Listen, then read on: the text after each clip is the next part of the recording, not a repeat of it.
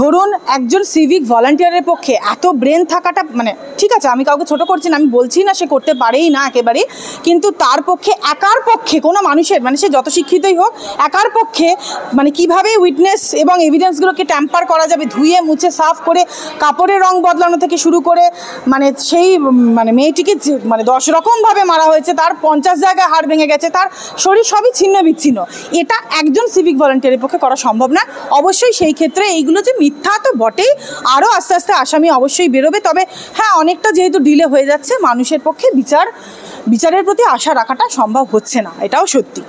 আর যেটা সঞ্জয় রায় যেটা বলেছে বারবার, সেটা তো খুব গুরুত্বপূর্ণ জিনিস যেটা সঞ্জয় রায় বলেছে যে উনি কিন্তু অভিযুক্ত মানে ওনাকে করা হয়েছে ঠিকই, কিন্তু উনি দোষী নন, এর পেছনে যে বড় বড় মাথাগুলো আছে সেগুলো জড়িয়ে আছে, সেগুলোকে কেন তদন্ত করছে না সিবিআই এর তো হাতে আমি বলেই দিচ্ছি আমরা যে তদন্ত করলেই তো বেরিয়ে যাবে দেনানদের মাথাগুলো কি এক্ষুনি যে একজন ওয়েস্ট বেঙ্গল থেকে একজন গিয়ে জজ সাহেবকে বলেছেন যে আমাদের পশ্চিমবঙ্গের মানুষের আইন শৃঙ্খলার প্রতি বিশ্বাস ভরসা সব কিছু উঠে গিয়েছে এবং জুডিশিয়ারি এবং অ্যাডমিনিস্ট্রেশন উভয়ের প্রতি, এক্স্যাক্টলি কোট আনকোট এই কথাটাই বলেছিল, আমি ছিলাম গতকাল হিয়ারিংয়ে।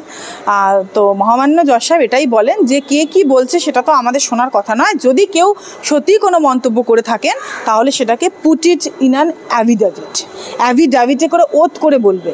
তো যে ছেলেটি আমাদের বলেছিল কথাটা, আমরা আইনটা সবসময় চলে হচ্ছে তথ্য প্রমাণের ওপর বেসিস করে, আইনটা শুধু আমাদের মুখের কথায় বা লেকচারে আমাদের চলে না, যে ভাষণটা হয়তো আমরা অনেক সময় নেতাদের আমাদের মঞ্চ থেকে আমরা বলি, আমিও কিছু ভাষণ দিই অবশ্যই, আমাদের মনের কথা আবেগের কথা, কিন্তু আবেগ বহির্ভূতভাবে যখন আমরা আইনের দরজায় করা নাড়ি তখন শুধুমাত্রই তথ্য প্রমাণের ওপর ভিত্তি করেই হয়। তাই সেই ভাইয়ের উচিত ছিল, আমি বলবো যে একটা লিখিত কাউকে দিয়ে মানে যাদের ভরসা নেই, ওয়েস্ট বেঙ্গলের মাস কালেকশন করা, হাজার হাজার লক্ষ লক্ষ লোক পেয়ে যাবে যারা সিগনেচার করবে যে আমাদের আইনের প্রতি ভরসা নেই, সেইটা থ্রু অ্যাভিডাভিট করে কোর্টে যদি উনি জমা করতেন তাহলে অবশ্যই জজ সাহেব সেটা দেখতে বাধ্য হতেন। মাস পিটিশন মানে এই যে অ্যাভিডাভিটটা কোর্টে জমা করতে হয় আমাদের আইনের যেটা সিস্টেম অনুযায়ী, সেইখানে ধরুন আমার ভরসা নেই, আপনার ভরসা নেই, বা ধরুন অনেকের ভরসা নেই, সেইটা নাম দিয়ে লিখে তাদের home address along with affidavit, put it in an affidavit through oath before the commissioner or before the যেটা আমাদের সিস্টেম প্রসিডিওরিক্যালি, সেইভাবে তো আমাদেরকে যেতে হবে। আইনে ধরুন আমি বললাম আমায় কেউ মেরেছে, আমি শুধু ক্যামেরার সামনে এসে চিৎকার করে আমায় মেরেছে বললে হবে না, I have to go through an FIR. সেটা বিশ্বাস ভরসার কথাটা পরে আসছে, অবশ্যই সেটা মানুষের ভরসা নেই বিশ্বাস নেই সেটা আলাদা, কিন্তু এই যে ভদ্র লোক একজন মানে এসে যিনি মানে এইটা হঠাৎ করে কোর্টের মধ্যে গিয়ে বলেছেন, তো সেটা আমাদের জুডিশিয়াল সিস্টেম বা জুডিশিয়াল ডিসিপ্লিন নয়। আমাদের জুডিশিয়াল সিস্টেম এটাই যে তুমি সেটাকে থ্রু অ্যান অ্যাভিডাভিট লেখো যে ভরসা নেই, যেটা তুমি কোর্টকে বলতে চাইছো। আমরা কোর্টে যাই কিছু বলি না কেন সবটাই আমরা থ্রু অ্যাভিডাভিট করেই কিন্তু আমরা বলি, এবং সেখানে প্রমাণ থাকে যে আমরা বলছি, মানে আমি মুখের কথা সোজা কথা কোর্ট চলে না, কোর্ট চলে তথ্য প্রমাণের উপর ভিত্তি করে।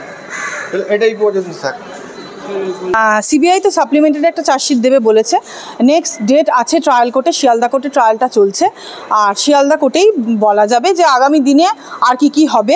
কারণ এখনও পর্যন্ত অনারেবল চিফ জাস্টিস এটাই বললেন যে সিবিআইয়ের যে স্ট্যাটাস রিপোর্টটা বা যে রিপোর্টটা সিবিআই বারবার কোর্টে পেশ করছেন আর কি, সেটা উনি জনসমক্ষে আনলেন না, উনি জনসমক্ষে সেটা ওপেন করতে চাইলেন না। উনি বললেন আমি সেটা জনসমক্ষে ওপেন করতে চাইছি না, সিবিআই অলরেডি ইনভেস্টিগেশন করছেন, এটাই মহামান্য জাস্টিসের বক্তব্য ছিল যে সিবিআই অলরেডি তদন্ত করছে, তাই আমি আর এই তদন্তের মধ্যে ঢুকছি না, স্ট্যাটাস রিপোর্টটাকেও আমি আর ওপেন করছি না, তার কারণ সিবিআই অলরেডি তদন্ত করছে, শিয়ালদা কোর্টে ট্রায়ালটা চলছে।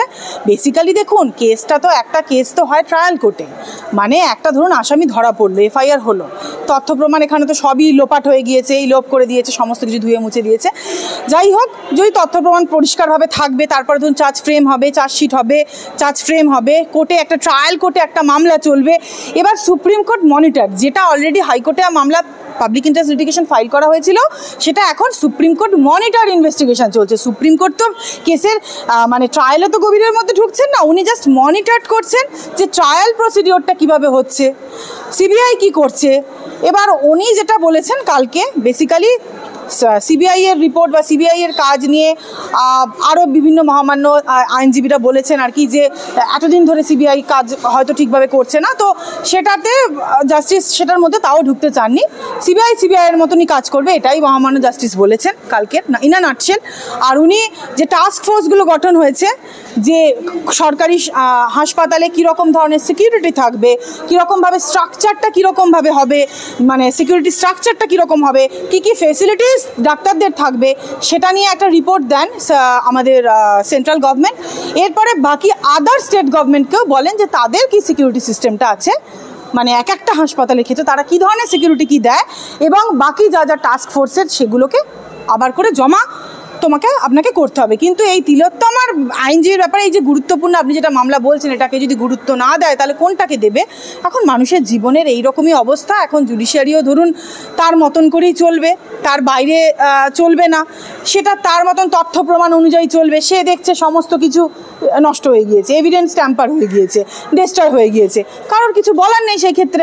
এবার যেটা সঞ্জয় রায় যেটা বলেছে বারবার, সেটা তো খুব গুরুত্বপূর্ণ জিনিস, খুব গুরুত্বপূর্ণ জিনিস যেটা সঞ্জয় রায় বলেছে, যে উনি কিন্তু অভিযুক্ত, মানে ওনাকে করা হয়েছে ঠিকই, কিন্তু উনি দোষী নন। এর পেছনে যে যে বড় বড় মাথাগুলো আছে সেগুলো জড়িয়ে আছে, সেগুলোকে কেন তদন্ত করছে না সিবিআই এর তো হাতে আমি বলেই দিচ্ছি আমরা, যে তদন্ত করলেই তো বেরিয়ে যাবে দেনানদের মাথাগুলো কি কি। আপনি বলছেন যে এটা মানে না, এটা সুপ্রিম কোর্ট কখনোই দেখেননি, বলেননি। উনি বলতে চাইছেন এটা সিবিআই দেখবে, সুপ্রিম কোর্ট এটা দেখবেনই বা কী করে? সুপ্রিম কোর্ট তো তদন্তকারী সংস্থা নয়, কোর্ট বসে থাকেন বিচার করার জন্য তথ্য প্রমাণের ওপর বেসিস করে। তাই সুপ্রিম কোর্ট সেটাও সিবিআই এর হাতেই পরিষ্কার করে হয়তো উনি বলেননি, বলেছেন সিবিআই তদন্ত করছে, আমরা করব, উনি দেখবেন। এবার সিবিআই এর তাহলে কি করা উচিত? সিবিআই আমাদের সবার জনসমক্ষে যে জিনিসটা ডে লাইটে উনি বলেছেন গাড়ি থেকে বেরিয়ে, যে কোনো রকম আমার কোনো যোগদান নেই। এবার ওনার নামে যখন চার্জ ফ্রেম হয়েছে, সিবিআই যখন ওনার নামে চার্জ শিট দিয়েছেন, তার মানে ডেফিনেটলি উনি অপরাধী, কিন্তু আরও অনেকগুলো গ্যাং অফ অপরাধী আছে যাদের মুখগুলোকে ঢাকা হচ্ছে। তো সিবিআই সঞ্জয় রায়কে ভালো করে তদন্ত করলেই তো নামগুলো বেরিয়ে যাবে যে কারা কারা আসল অপরাধী। সেই নামগুলো সিবিআই নিশ্চয়ই দেবে, বলেছে তো সাপ্লিমেন্টারি অ্যাফিডেভিট দেবে, নিশ্চয়ই সেই নামগুলো আরও যারা জড়িয়েছে তাদের নামগুলো ডেফিনেটলি দেবে, আশা রাখছি সেটা। আপনি সহ রাজ্যের বহু মানুষ বলেছেন যে এই যে আরজি করের যে ঘটনাটি ঘটেছে এটি একার পক্ষে সম্ভব নয়। তারপরে দেখলাম যে সঞ্জয় রায় তিনি বলছেন, এমন কথা বলছেন যে আমাকে ফাঁসানো হচ্ছে। এই যে আপনি সহ যে আরও যারা ব্যক্তিরা যারা বলছিলেন যে একার পক্ষে নয়, সেই কথাটাকে শিলমোহর পড়ছে না তো? শিলমোহর পুরোপুরি সেই কথা আগেই পড়ে গিয়েছে। তার কারণ হচ্ছে, মানে ধরুন একজন সিভিক ভলান্টিয়ারের পক্ষে এত ব্রেন থাকাটা, মানে ঠিক আছে আমি কাউকে ছোট করছি না, আমি বলছি না সে করতে পারেই না একেবারেই, কিন্তু তার পক্ষে একার পক্ষে কোনো মানুষের, মানে সে যত শিক্ষিতই হোক, একার পক্ষে মানে কিভাবে উইটনেস এবং এভিডেন্সগুলোকে ট্যাম্পার করা যাবে, ধুয়ে মুছে সাফ করে কাপড়ের রং বদলানো থেকে শুরু করে, মানে সেই মানে মেয়েটিকে মানে 10 রকমভাবে মারা হয়েছে, তার 50 জায়গায় হাড় ভেঙে গেছে, তার শরীর সবই ছিন্ন বিচ্ছিন্ন, এটা একজন সিভিক ভলান্টিয়ারের পক্ষে করা সম্ভব না। অবশ্যই সেই ক্ষেত্রে এইগুলো যে মিথ্যা তো বটেই, আরও আস্তে আস্তে আসামি অবশ্যই বেরোবে। তবে হ্যাঁ, অনেকটা যেহেতু ডিলে হয়ে যাচ্ছে, মানুষের পক্ষে বিচারের প্রতি আশা রাখাটা সম্ভব হচ্ছে না, এটাও সত্যি।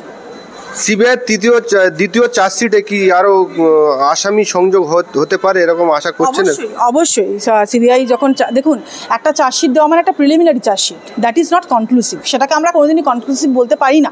যখন একটা প্রিলিমিনারি চার্জশিট আসছে, তার মানে জানবেন এরপরে ডেফিনেটলি মানে চার্জশিট দেওয়ার প্রভিশন অলওয়েজ থাকে, আমাদের আইনেও থাকে, এবং সিবিআই দেবেও সাপ্লিমেন্টারি চার্জশিটে। ডেফিনেটলি কেসের অনেকটা আমরা ইমপ্রুভমেন্ট আমরা ডেফিনেটলি দেখতে পারবো, আশা রাখছি এটাই।